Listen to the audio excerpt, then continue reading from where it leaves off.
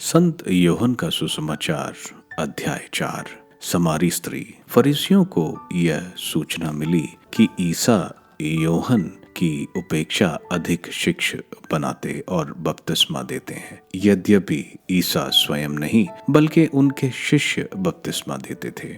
जब ईसा को इसका पता चला तो वह यहूदिया छोड़कर फिर गलीलिया गए। उन्हें समरिया होकर जाना था। वह समरिया के सुखार नामक नगर पहुंचे।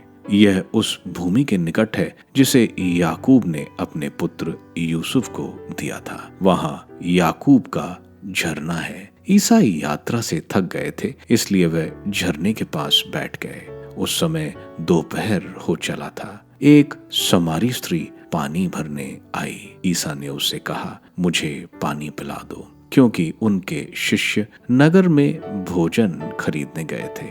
यहूदी लोग समारियों से कोई संबंध नहीं रखते, इसलिए समारी स्त्री ने उनसे कहा, यह क्या कि आप यहूदी होकर भी मुझ समारी स्त्री से पीने के लिए पानी मांगते हैं। ईसा ने उत्तर दिया, यदि तुम ईश्वर का वरदान पहचानती और यह जानती कि वह कौन है जो तुमसे कहता है मुझे पानी पिला दो, तो तुम उससे मांगती और वह तुम्हें संजीवन जल देता। स्त्री ने उनसे कहा, महोदय, पानी खींचने के लिए आपके पास कुछ भी नहीं और कुआं गहरा है, तो आपको वह संजीवन जल कहां से मिलेगा? क्या आप हमारे पिता याकूब से भी महान हैं? उन्होंने हमें यह कुआं दिया। वह स्वयं, अपने पुत्र और उनके पशु भी उससे पानी पीते थे। ईसा ने कहा, जो यह पानी पीता है उसे फिर प्यास लगेगी, किंतु जो मेरा दिया हुआ जल पीता है उसे फिर कभी प्यास नहीं लगेगी। जो जल मैं उसे प्रदान करूंगा वह उसमें वह स्रोत बन जाएगा जो अनंत जीवन के लिए उमड़ता रहता है। इस पर स्त्री ने कहा, महोदय, मुझे वह जल दीजिए जिससे मुझे फिर प्यास न लगे और मुझे यहाँ पानी भरने नहीं आना पड़े। ईसा ने उससे कहा, जाकर अपने पति को यहाँ बुला लाओ। स्त्री ने उत्तर दिया, मेरा कोई पति नहीं है। ईसा ने उससे कहा, तुमने ठीक ही कहा कि मेरा कोई पति नहीं है। तुम्हारे 5 पति रह चुके हैं और जिसके साथ अभी रहती हो वह तुम्हारा पति नहीं है। यह तुमने ठीक ही कहा। स्त्री ने उनसे कहा, महोदय, मैं समझ गई आप नबी हैं।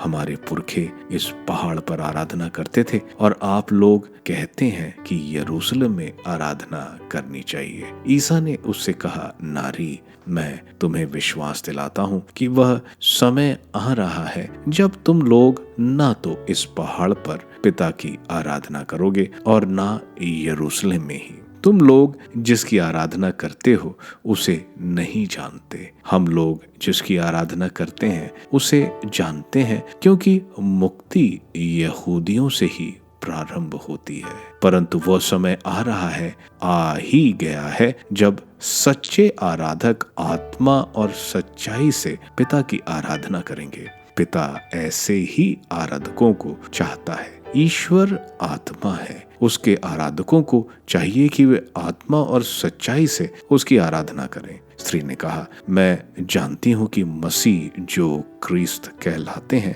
आने वाले हैं। जब वे आएंगे तो हमें सब कुछ बता देंगे। ईसा ने उससे कहा, मैं जो तुमसे बोल रहा हूँ वही हूँ।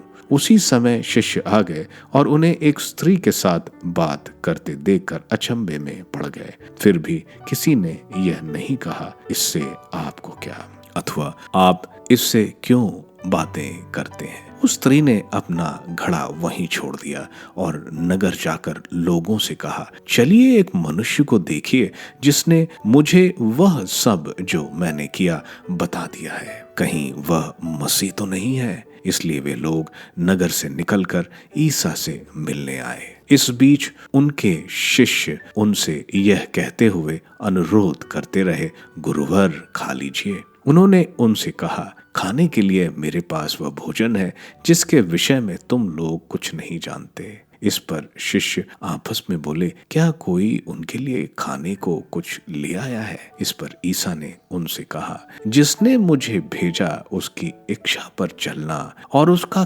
कार्य पूरा करना, यही मेरा भोजन है। क्या तुम ये नहीं कहते कि अब कटनी के 4 महीने रह गए हैं? परंतु मैं तुम लोगों से कहता हूँ, आंखें उठाकर खेतों को देखो, वे कटनी के लिए पक चुके हैं। अब तक लुनाने वाले मजदूरी पाता और अनंत जीवन के लिए फसल जमा करता है। जिसने बोने वाले और लुनाने वाले दोनों मिलकर आनंद मनाएं।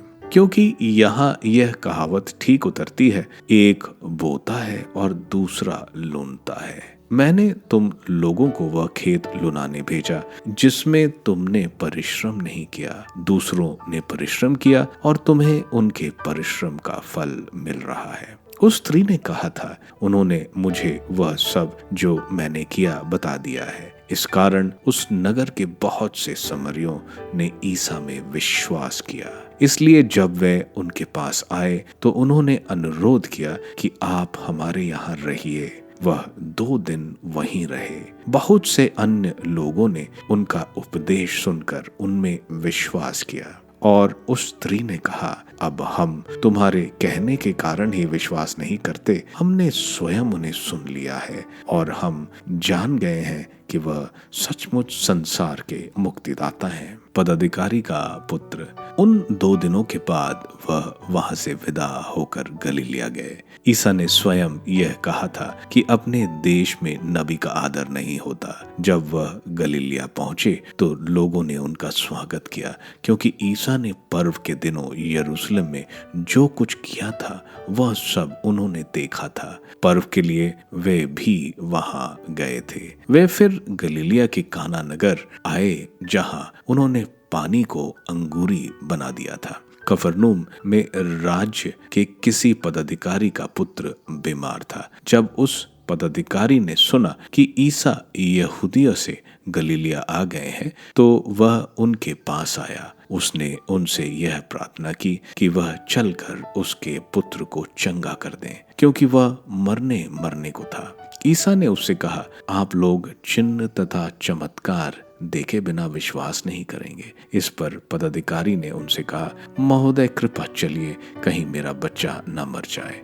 ईसा ने उत्तर दिया, जाइए, आपका पुत्र अच्छा हो गया है। वह मनुष्य ईसा के वचन पर विश्वास कर चला गया। वह रास्ते में ही था कि उसके नौकर मिल गए और उससे बोले, आपका पुत्र अच्छा हो गया है। उसने उनसे पूछा कि वह किस समय अच्छा होने लगा था। उन्होंने कहा कि कल दिन के 1 बजे उसका बुखार उतर गया। तब पिता समझ गया कि ठीक उसी समय ईसा ने उससे कहा था, आपका पुत्र अच्छा हो गया है, और उसने अपने सारे परिवार के साथ विश्वास किया।